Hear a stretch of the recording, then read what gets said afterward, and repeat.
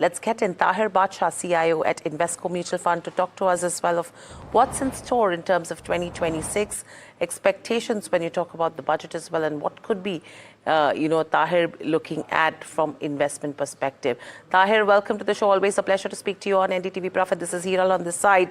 My question coming to you is, we've seen what's happened with India. We're talking of premium valuations, where valuation somewhere was cooled off slight a bit. So there is that little bit of comfort that is coming in. Where are you finding value when it comes to the growth market like India, number one? And two, that we are pretty close to the budget right now. How are you looking at what the gyrations that are happening?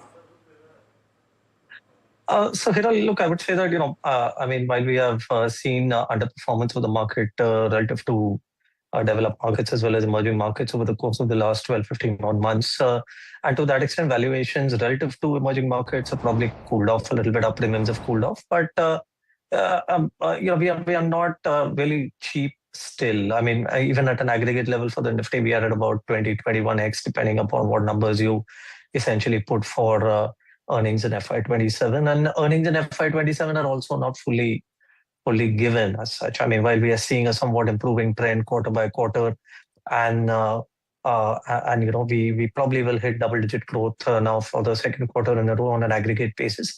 But for the Nifty, it still is driven by certain sectors which perhaps may not necessarily be very resilient. I mean, going forward, and we can't necessarily bank on it. Like, for example, oil and gas and commodities probably see a big surge, but this quarter. But on a sustainable basis, to get to that double-digit growth or mid-double-digit growth is still something that we have to watch out for. So I think to that extent, valuations are not exactly very comfortable at this stage. Yes, what we are looking forward to is basically mean reversion. We have had mean reversion. We can possibly see mean reversion in many ways in the market over the next year from a macro standpoint as well as an earnings standpoint. And in that, can India probably outperform? What does it therefore mean in terms of absolute returns is still up in the air, but can it probably do better than many of the other world markets and, recoup some of its underperformance of 2025, that's quite possible. So we would look at the market from a mean reversion point of view for the near future. Taher, good morning. The morning here. And the broader 2026 picture after the serious bout of underperformance that we've seen relative to emerging markets in 2025, GST cuts, interest rate cuts, hopefully some consumption, etc. Can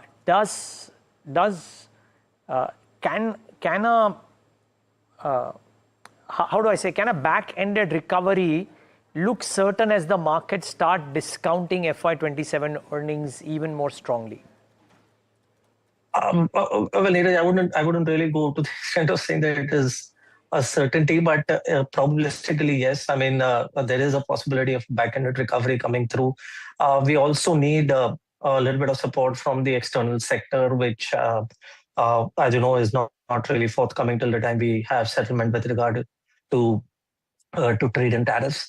So I think where we are basically is that, look, like as I said, I mean, we are essentially looking for what we can have best hope for probably is a cyclical recovery. Some of those factors which are there in play, GST rate cuts, etc., are what we are all anchoring towards. But we have not really seen interest rates, for example, while repo rates have fallen, interest rates have actually not come off as meaningfully in the system at large.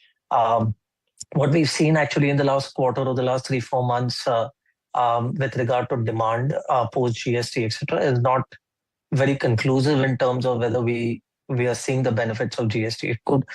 We need to probably see Jan, Feb, March, and maybe April, May, June as the possible months wherein we can distill whether the demand which is coming through is it showing strength on its own merit or after GST, or is it clouded by other things? Like, for example, we had the festive season going on simultaneously in the last some time. So I think in there too, we are not, it's very difficult to say conclusively. We have seen only a few categories based on data, which actually have seen some good growth after GST. I mean, probably autos is one such sector volume wise, which has done well.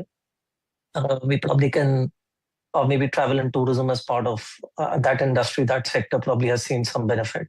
But otherwise, in many others, the benefit of GST has essentially not translated into volume growth, and most of it has actually got passed on to the consumer without any commensurate or significant volume growth coming through. So I think some of these things are all watchable. I'm not necessarily saying that this will not come through, but this is something which, as you rightly said, is what we can best hope for from a back-ended basis. Got it. Okay. Taher, so would it be therefore fair to assume that you are not constructive? I mean, I'm not saying you're negative, but you're not bullish market-wide. You might be constructive on a bottom-up basis, thematic basis. So one part of my question is that. But part two of my question is, would you be more skittish or skeptical as opposed to being bullish right now, any which ways? I would say I'm inconclusive at this stage, whether I'm skittish or not. Hard to say, but like I said, we've been running with subpar revenue line growth for a good number of quarters now, maybe 10, 12 quarters in a row. And much of the earnings, whatever we've got in the last, let's say, 1.5 years, has probably been sustained by margin improvement. And what I've started to learn and pay a lot more attention to and give a lot more respect to is mean reversion in the market. And in many ways, I mean, whether in every possible way, or whether it be, the strongly growth-oriented stocks and some of the strongly value-oriented stocks of the past. So I think, and everything therefore is a watchable. Like, for example, I would say that even today, I would think inflation, which we are taking as a given, is a watchable from a mean reversion point of view. When we look at what's happening in the oil market and some of the other commodities gradually, how should we think about inflation towards the end of 2026, if not in the middle or the start of 2026? And therefore, how should we think about interest rates? Mostly, it looks like we are at the bottom of the rate cut cycle from that standpoint. How should we think about the INR and the dollar? Can the dollar appreciate, and can the INR probably also strengthen a little bit or stay where it is? So, and therefore, to that extent, even the Indian market, I mean, can it outperform? But outperformance does not necessarily mean a lot of strong absolute returns, right? We might probably do better than the other markets in a way, but do we have the wherewithal to be able to actually generate 15% return? I would think it is still the jury is still out. So Taher, we're talking about the earnings growth the way you're expecting it in the second half of FY26. Now, if the markets have to see an upcycle from here on, how important is it going to be for the broader market participation to come in beyond the large caps? And what are the catalysts that you should be watching out for this mid cap and small cap uptick to happen? So Hiral, what we need is basically indications or reasons to believe that we are in for a broad-based economic upcycle. At this stage, it is a more tentative assumption of an upcycle, and I would also want to go with that assumption at this stage. But we need a lot more evidence. I think to that extent, maybe the upcoming budget probably might throw some clues in terms of government policy towards accelerating the system rate of growth. I mean, can we provide a certain amount of leeway on the fiscal? It's a little tight, I agree, because we've lost a little bit of revenue on account of GST. So it will take a little bit of effort in order to even hit the 4.4% for this year. But I think can the message be that the government is reoriented towards growth, even at least in the short term, keeping in mind the issues related to tariffs, because the external sector is a drag at this stage and can continue to be a drag as we go along into 26. So I think what we are looking forward to is a broader based recovery and indications towards that. If that were to happen, then I think the broad market comes into play. But nonetheless, I would say that for broad markets, maybe I might be a little skeptical about the 1 year cycle, but on a 2-3 year cycle, generally, I think I've observed in my experience as in managing small caps, mid caps, etc., that whenever these are down, whenever these are and not exactly in the limelight, they are shunned by the market, and on a trailing basis, they have underperformed, etc., negative returns. I think that generally becomes the best setup to look at broader markets, invest in them on a piecemeal basis. But from the point of view that can you look at a 3-year cycle instead of a 1 year or a 2 year cycle? Taher, there is a fair degree of new noise coming in as far as Chinese policy goes and Indian policy goes too. If there is this talk of India allowing Chinese firms to bid for critical cap good related or infrastructure related projects, China has also done those export rebate moves over the weekend. And now, where does this, I mean, it makes the situation even more complex from an investing perspective, right? The tried and tested themes over the last 2 years maybe suddenly undergo a bit of a change, both for the positive and the negative. Absolutely. How do you wrap your head around this? Please tell us how you think about this, because it's very confusing for a lot of people.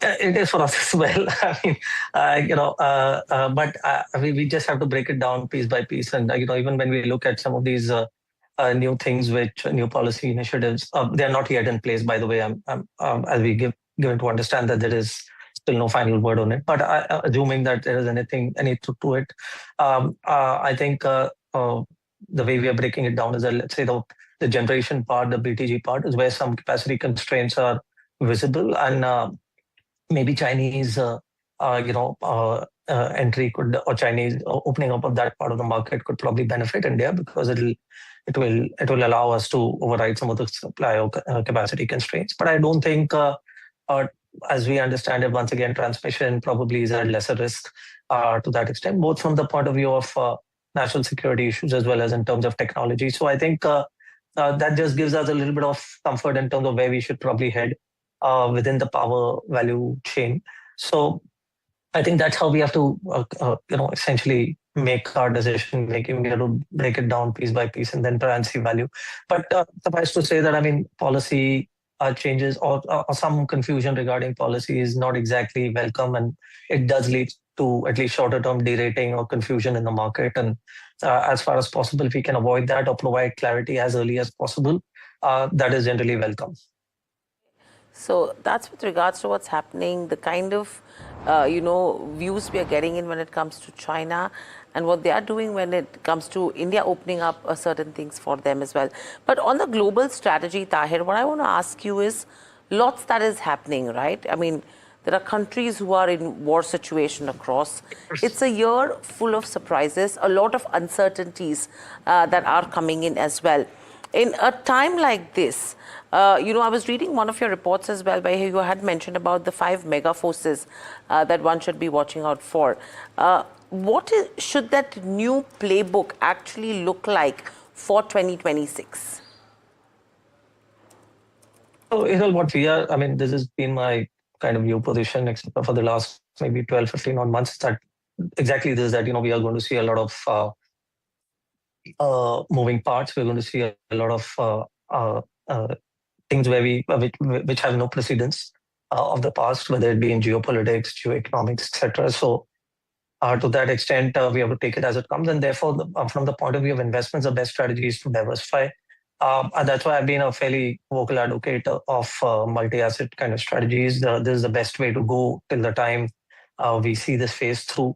And that, as you can see, as a category has done exceedingly well in the last 1 year. We may attribute it to gold and silver, maybe, but that's not all what has been at play. I think even the US markets, for example, have done exceedingly well. Maybe if you could have probably even in India looked at some of the larger caps versus, let's say, the mid and small caps, that could have also probably kind of helped you a lot along the way. So I think I still remain in the camp that this is something, the multi-asset type of products from an investment standpoint should become a little more mainstream and not necessarily only hinging themselves on gold and silver or precious metals. I think by rotation, by mean reversion, we will have opportunities across, and this probably will be the multi-asset will be the theme, or the continuing theme probably to my mind will be rotation and confusion. Okay. Taher, this is lovely to know, but I think I would love, Taher, if we can do a conversation maybe end Feb or thereabouts and not with a lag, because simply there's so much happening, and would love to kind of do a focused conversation with you and your intellect around how to make the most or think about most of the recent news flow. So would love to do that, please.